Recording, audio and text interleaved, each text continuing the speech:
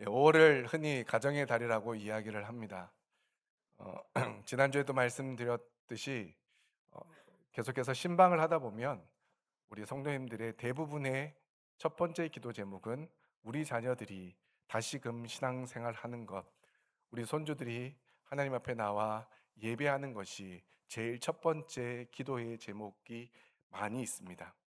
그래서 오늘 이 말씀을 통해서 우리가 믿음의 명문 가정을 하나님이 이루어 주신다라는 사실을, 그로 인하여 그 은혜를 기대하며 그렇게 믿음의 명문 가정 이루어 가기를 소망하는 마음으로 함께 말씀을 나누기를 원합니다. 우리는 살아가면서 우연히 일어난 일들을 많이 경험하게 됩니다. 그래서 사람들은 이것을 그저 운이나 우연이라고 생각을 하게 됩니다. 하지만 믿음의 눈으로 바라보는 우리에게는 결코 우연이라는 것은 없습니다. 왜냐하면 모든 것이 하나님의 섭리와 계획 아래 있기 때문입니다.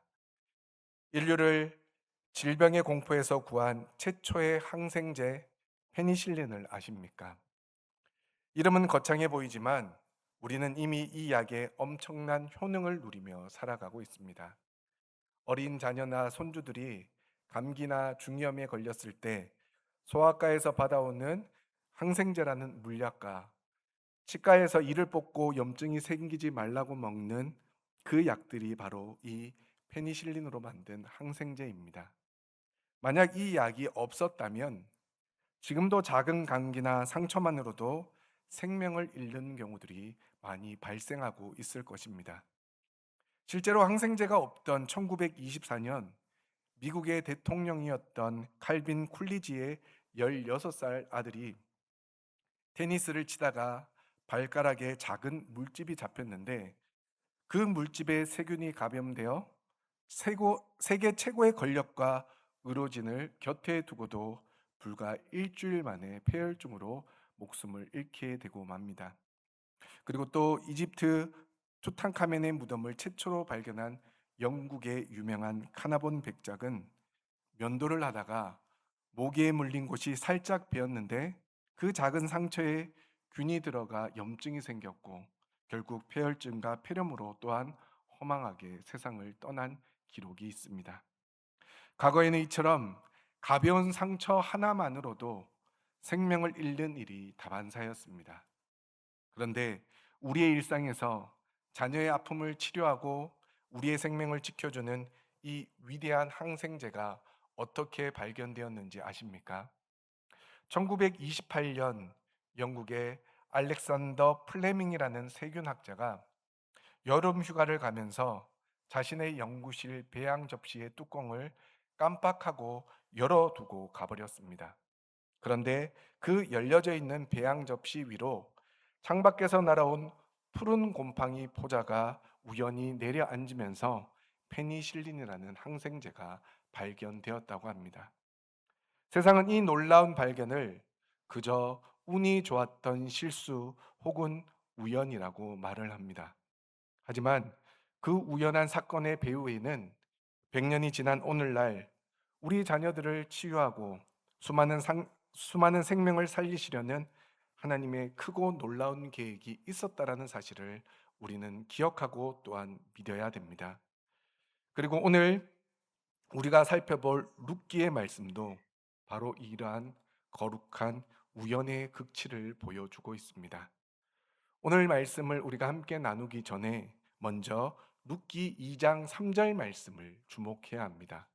룻기 2장 3절 말씀에 보면 우연히 엘리멜렉의 친족 보아스에게 속한 밭에 이르렀다라고 말씀해 주고 있습니다.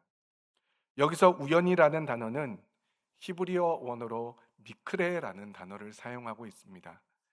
그런데 이 말은 인간의 관점과 하나님의 관점이 얼마나 다른지를 보여주는 아주 재미있는 단어입니다. 인간의 관점에서 볼 때 말 그대로 어쩌다 보니 그냥 발길 닿는 대로 가다 보니 라는 말처럼 계획되지 않은 사건을 의미하는 말입니다. 말 그대로 우연히 일어난 일이라는 뜻을 가지고 있습니다. 그러니 룻은 굶주린 시어머니와 함께 먹고 살기 위해 아무 밭에나 발을 들여 놓았는데 결과적으로 보았더니 그곳이 보아스의 밭이었던 것뿐이었습니다. 그런데 하나님의 관점에서 이 단어를 살펴보면 하나님의 주권적인 개입을 상징하는 역설적인 표현이 들어 있습니다. 따라서 같은 말씀이지만 하나님의 관점에서 보면 하나님께서 보이지 않는 손으로 룻의 발걸음을 정확하게 보아스의 밭으로 이끌어 주셨다라고 우리는 해석할 수가 있다라는 것입니다. 그러니 미크레라는 말은 인간적인 관점에서는 우연이라고 말을 하지만 신학적으로는 그것을 하나님의 치밀한 계획과 인도하심이라고 부르고 있습니다. 그렇다면 하나님이 이 수많은 밭 중에서 왜 하필 보아스의 밭으로 룻을 이끄셨던 것일까요? 그 해답을 룻기 2장 11절과 12절 말씀에 기록되어 있는데 우리 앞에 화면을 보고 룻기 2장 11절과 12절 말씀을 함께 읽어보도록 하겠습니다. 함께 읽겠습니다. 시작.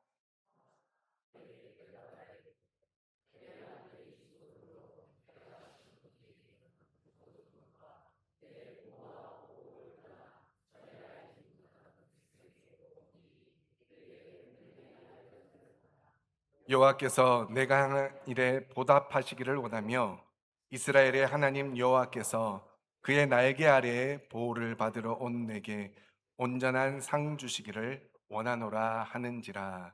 아멘. 이 말씀은 룻기 전체를 관통하는 핵심 말씀입니다. 보아스는 룻의 화려한 배경이나 능력을 본 것이 아닙니다. 시어머니를 향한 지극한 효심과 힘든 상황 속에서도 포기하지 않고 하루하루를 성실히 살아내는 그녀의 아름답고 예쁜 마음을 본 것입니다. 여러분, 룻이 시어머니를 버리지 않고 끝까지 책임진 그 마음을 성경은 헤세드라는 단어로 이야기를 하고 있습니다. 우리가 흔히 헤세드라고 하면 하나님의 변치 않는 사랑, 긍휼을 뜻하는 말로 먼저 생각되어질 것입니다. 맞습니다. 그런데 구약 성경에 보면 이 단어는 헤세드라는 단어는 하나님에게만 쓰이는 단어가 아님을 나타내 보이고 있습니다. 하나님의 그 크신 사랑을 아는 백성이 자신의 일상 속에서 가족과 이웃에게 마땅히 지켜야 할 변치 않는 사랑과 의리를 실천할 때에도 헤세드라는 말을 사용했습니다. 실제로 룻기 3장 10절 말씀에 내가 베푼 인애가 처음보다 나중이 더하도다라며 보아스가 룻을 칭찬할 때 이 인애라는 단어로 쓰인 말이 바로 헤세드라는 말입니다. 룻은 아무도 알아주지 않는 그 땅볕 아래서 이삭을 줍는 고단한 일상 속에서 하나님의 사랑, 즉 헤세드를 시어머니 나오미에게 묵묵히 실천하며 살고 있었음을 룻기서는 분명히 말씀해 주고 있습니다. 그러므로 여기서 아주 중요한 영적 원리를 우리는 발견할 수가 있습니다. 하나님의 기적과 축복은 어느 날 갑자기 우리에게 뚝 하고 떨어지는 것이 아니라 룻처럼 어떠한 상황 속에서도 주어진 자리를 묵묵히 지켜내고 내 곁에 있는 가족과 이웃에게 헤세드의 사랑, 즉 하나님께 받은 그 사랑을 흘려보내는 성실한 일상을 통해 우리에게 찾아온다는 사실을 보여주고 있습니다. 룻은 그저 오늘 하루 먹을 양식을 구하러 나갔지만 하나님은 그 착하고 성실한 발걸음을 보아스에게로 이끌어 주셔서 그녀의 남은 인생 전체를 책임져 주시는 기적을 나타내 보여주셨습니다. 그렇게 오늘 본문은 땅볕 아래서 묵묵히 이삭을 주우며 시어머니에게 보여준 성실한 일상과 헤세드의 사랑의 결과를 이렇게 소개하고 있습니다. 오늘 본문 14절 말씀을 보시면 여인들이 나오미에게 이르되 찬송할지로다 여호와께서 오늘 내게 기업 물을 자가 없게 하지 아니하셨도다. 이 아이의 이름이 이스라엘 중에 유명하게 되기를 원하노라 라고 찬양하고 있습니다. 베들레헴 동네 여인들이 나오미를 찾아와 기뻐하며 찬송하고 있습니다. 남편과 두 아들을 잃고 아무것도 가지지 못한 채 고향으로 돌아와 통곡하던 나오미의 가정에 마침내 기쁨의 찬송이 터져 나오는 것이 오늘 본문의 배경입니다. 그런데 이 여인들의 찬양 속에 아주 중요한 단어가 하나가 등장하고 있습니다. 그것은 바로 기업 물을 자입니다. 이 말을 히브리어로 이야기를 하면 고엘이라는 단어를 사용하고 있습니다. 이 말을 아주 쉽게 설명을 드리면 든든한 해결사라는 뜻으로 이해하는 것이 쉬울 것입니다. 친척 중에 누가 망해서 빚더미에 앉거나 밭을 다 빼앗겼을 때 가장 가까운 친척이 그 빚을 다 갚아주고 잃어버린 땅을 되찾아주는 역할을 합니다. 그리고 또 만약 남편이 죽어 대가 끊기게 되면 대신 그 가문을 이어주는 막중한 책임도 져야 했던 사람이 기업 물을 자, 즉 고엘이라는 뜻을 가지고 있습니다. 그런데 성경은 이 기업 물을 자가 아무나 될 수 없다라고 그 조건을 제시하고 있습니다. 기업 물을 자의 조건은 첫째, 남이 아니라 핏줄이 섞인 친척이어야 한다는 것입니다. 그리고 두 번째는 남의 빚을 대신 갚아줄 만큼 넉넉한 재산과 능력이 있는 사람이어야 한다고 합니다. 그리고 세 번째는 누가 시켜서 억지로 하는 것이 아니라 기꺼이 자원하는 마음이 있어야 한다는 것을 말씀해 주고 있습니다.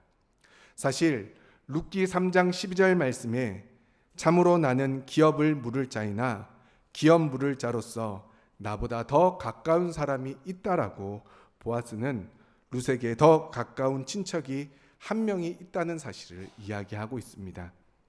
그 사람은 고엘이 될 능력도 있었지만 자기의 생떼 같은 돈을 쓰면서까지 이방 여인이었던 룻을 책임지기가 싫어 결국 고엘의 책임을 포기해 버립니다. 하지만 보아스는 달랐습니다. 보아스는 자기가 치러야 할 엄청난 경제적 손해와 이방 여인을 책임진다는 사람들의 따가운 시선을 다 알면서도 기꺼이 룻과 나오미의 빚을 갚아주고 그 가정을 살려주기로 결심한 것입니다. 룻이 시어머니에게 대가 없는 사랑을 베풀었던 것처럼 보아스 역시 아무런 대가도 바라지 않고 룻을 향하여 온전한 사랑과 책임을 다한 것입니다. 이러한 보아스의 모습은 우리의 영원한 기업 물을 자이신 예수 그리스도를 예표하고 있습니다. 우리는 죄 때문에 영원한 생명을 잃어버리고 사망이라는 끔찍한 빚더미에 앉은 영적 파산자들입니다. 우리 스스로는 도저히 그 빚을 갚을 능력이 없습니다. 그때 예수님께서 우리의 고엘, 즉 해결사가 되어 주셨습니다. 보아스가 룻의 친척이었던 것처럼 예수님은 높은 하늘 보좌를 버리시고 우리와 똑같은 사람의 몸을 입고 이 땅에 오셔서 우리의 혈육이 되어 주셨습니다. 보아스에게 빚을 갚을 재산이 있었던 것처럼 죄가 하나도 없으신 예수님은 우리의 죄값을 단번에 치르실 완전한 능력을 가지고 계셨습니다. 그리고 무엇보다 보아스가 기꺼이 룻을 책임져 주었던 것처럼 예수님은 억지로 십자가를 지신 것이 아니라 우리를 너무나도 사랑하셨기에 자발적으로 자신의 생명을 십자가에 내어 주셨습니다. 보아스가 이삭을 줍던 비천한 이방 여인 룻을 신부로 맞이하여 가장 존귀한 자리로 높여준 것처럼 예수님은 죄인된 우리를 십자가의 피값으로 사셔서 하나님의 고귀한 자녀로 그리고 우리 주님의 거룩한 신부로 삼아 주셨습니다. 그러므로 오늘 본문의 찬양은 과거 나오미의 가정에만 울려 퍼지는 것이 아니라 예수님을 통해 구원받고 잃어버린 생명을 되찾은 우리 모두가 마땅히 불러야 할 감사의 찬양이 되어야 하는 것입니다. 그리고 오늘 본문 15절로 17절 말씀은 이 놀라운 은혜가 단지 나오미의 가정에만 회복되고 기뻐하는 것으로 끝나지 않는다는 것을 분명히 보여주고 있습니다. 베들레헴 여인들은 룻이 낳은 아들의 이름을 오벳이라고 지어줍니다. 그리고 17절 하반절 말씀에서 이 짧은 가정사가 아주 장엄하고도 위대한 역사로 마무리되는 것을 볼 수 있는데 17절 하반절 말씀에 이렇게 기록되어져 있습니다. 그는 다윗의 아버지인 이새의 아버지였더라. 아멘. 이스라엘 역사상 영적으로 가장 어두웠던 사사시대, 사람들이 하나님을 버리고 각기 자기 소견에 옳은 대로 살아가던 그 암흑의 시기에 하나님은 세상의 거창한 영웅이나 권력자들을 찾으신 것이 아니었습니다. 이방 여인 룻의 성실한 이삭 죽기와 시어머니를 향한 헌신, 그리고 보아스의 율법을 뛰어넘는 긍휼이라는 지극히 평범한 일상을 엮어서 이스라엘을 구원한 위대한 왕 다윗의 길을 조용히 그리고 완벽하게 준비하고 계셨던 것입니다. 나아가 신약성경 마태복음 1장에 보면 예수 그리스도의 족보가 기록되어져 있습니다. 여인의 이름이 거의 등장하지 않는 그 엄격한 유대적 계보 속에 이방 여인이었던 룻의 이름이 당당하게 기록되어져 있습니다.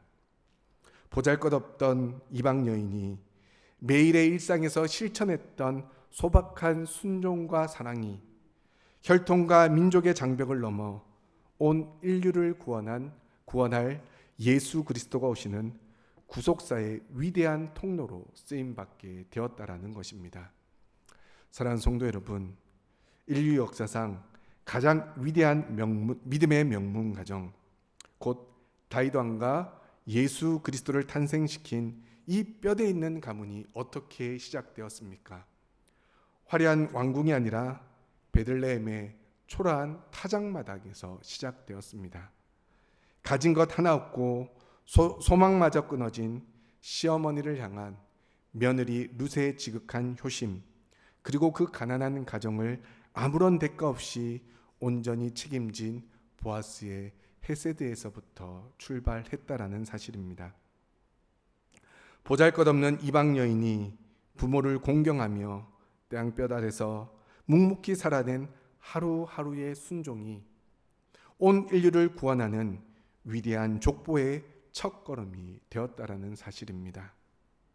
우리의 가정도, 우리 모두의 가정도 이와 같기를 간절히 소망합니다. 진정한 믿음의 명문 가정은 예수 그리스도를 온전히 모실 때 세워집니다.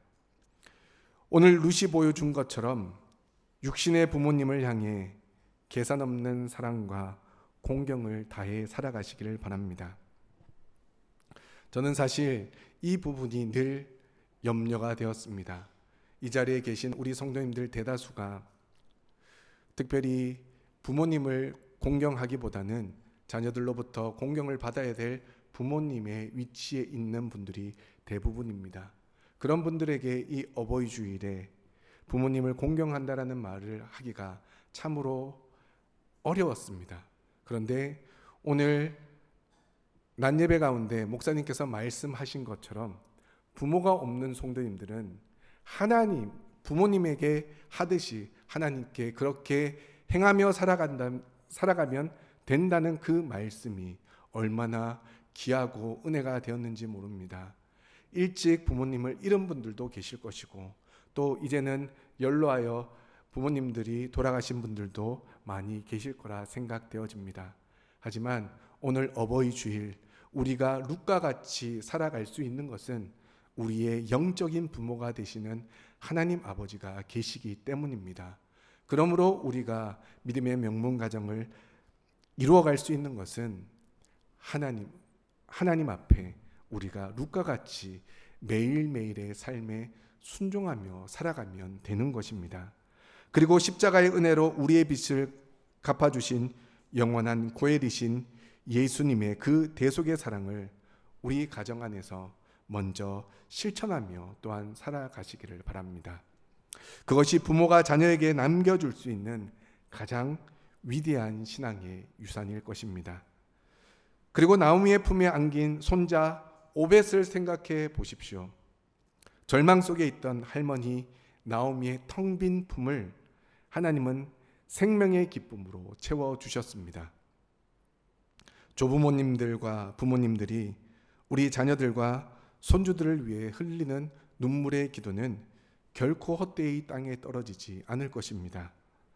그리고 다음 세대를 위해 눈물로 씨를 뿌릴 때, 그리고 일상의 순종을 통해 하나님은 우리 자녀들을 이 세대를 살릴 달과 같은 영적 거목으로 자라나게 해 주실 것입니다. 끝으로 룻이 보아스의 밭에 이른 것은 어쩌다 일어난 단순한 우연이 아니었다라는 말씀을 드렸습니다.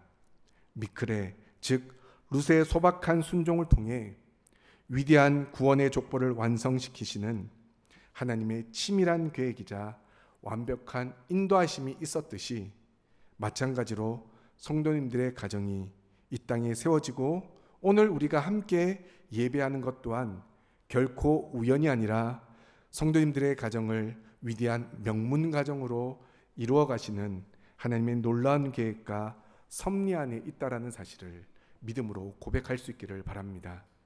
그래서 룻과 보아스의 헌신을 통해 예수 그리스도의 길이 예비되었듯이 우리 모든 성도님들의 가정을 통해 하나님의 위대한 구원의 역사가 우리 성도님들의 가정에 나타나기를 간절히 소망합니다. 그러한 의미로 다시 한 번 더 옆에 있는 분들에게 믿음의 명문 가정을 이룹시다라고 서로 인사했으면 좋겠습니다.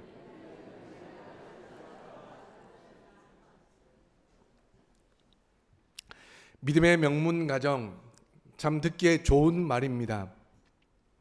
그렇게 명문 가정을 이루어 나가길 또한 다들 소망하실 것입니다. 그래서 지금도 우리 자녀들을 위해서, 손주들을 위해서 눈물로 기도하며 그들이 주님의 품 안으로 하루빨리 돌아오기를 원하며 기도하며 나아가고 계실 것입니다. 그런데 하나님은 우리와 마찬가지로 부모된 우리의 마음보다 더 큰 마음으로 우리 자녀들이 하루속히 하나님 앞으로 나아오기를 간절히 원하시며 기다리고 있다는 사실을 기억하셨으면 좋겠습니다. 그래서 성령님이 친히 우리를 위해서 기도하시듯이 하나님이 우리 자녀들을 위해서 친히 기도하며 기다리시며 인내하고 있다는 사실을 마음으로 믿으시고, 또한 그 자녀들이 그로 인하여 룻과 같이, 보아스와 같이 믿음의 귀한 가정 이루어 오벳을 낳고, 그리고 이새를 낳고 다윗을 낳고, 그리고 인류의 구원자이신 예수 그리스도가 태어날 수 있는 그 축복의 통로로, 구원의 통로로 쓰임 받을 수 있기를 간절히 소망합니다. 그러니 자녀들을 위한 기도 결코 멈추지 마시기를 부탁드립니다. 지금 당장 이루어지지 않을 것 같고, 그리고 이 아이들의 마음이 결코 변하지 않을 것 같지만, 하나님의 말씀이면, 하나님의 능력이면 단 한순간에 그 아이들이 주님 앞으로 나오는 놀라운 은혜를 우리가 발견하게 될 줄 믿습니다. 룻이 우연처럼 보아스의 밭에 이르렀던 것처럼 하나님은 우리 자녀들의 삶을 지금도 하나님의 귀한 영적인 밭으로 이끌어 주시고 계실 것입니다. 그리고 그 속에서 믿음의 사람들을 만나 귀한 믿음의 명문 가정 이루도록 하나님께서 친히 우리 앞서 일하고 있다는 사실을 굳게 믿으셔서 진짜 하나님이 원하시고 하나님이 인정하시는 믿음의 명문 가정 이루어 나가시는 사랑하는 우리 울산남목교회 모든 성도님들 가정이 되어지시기를 주님의 이름으로 축원합니다.